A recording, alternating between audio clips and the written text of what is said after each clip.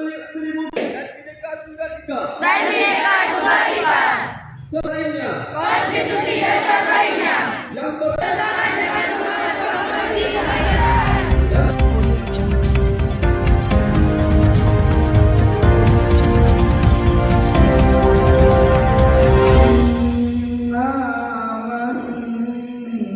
Kepala Dinas Pendidikan Daya Kota Banda Aceh, Muhammad Esos MM, yang menghadiri upacara pelaksanaan Hari Santri Nasional 2022 di halaman Daya Terpadu Insafudin Kota Banda Aceh, secara khusus berpesan kepada para santri di Banda Aceh untuk memperkuat nilai-nilai ajaran Islam dan menjadi santri pejuang membela nusa dan bangsa. Didampingi Kasubag TU Kemenak Kota Banda Aceh, Aidarina Elisifa BACC MM, Kasipontren Said Khawalid SAG MA, dan Wakil Daya Insafudin Ustadz Nasrul Zahidi Esos, Muhammad menekankan hendaknya santri di Kota Banda Aceh selalu bersedia dan siap siaga menyerahkan jiwa dan raga membela tanah air dan bangsa Indonesia, mempertahankan persatuan dan kesatuan nasional, serta mewujudkan perdamaian abadi.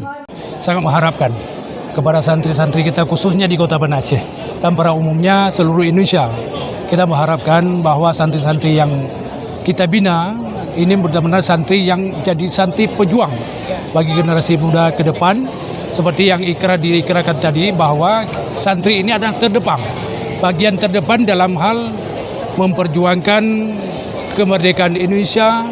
dalam hal memperjuangkan keadilan dan sebagainya yang menyangkut dengan keberadaban manusia. Selain itu, salah satu yang disampaikan dalam Ikrar Santri Indonesia dalam kesempatan upacara pelaksanaan Hari Santri Nasional 2022,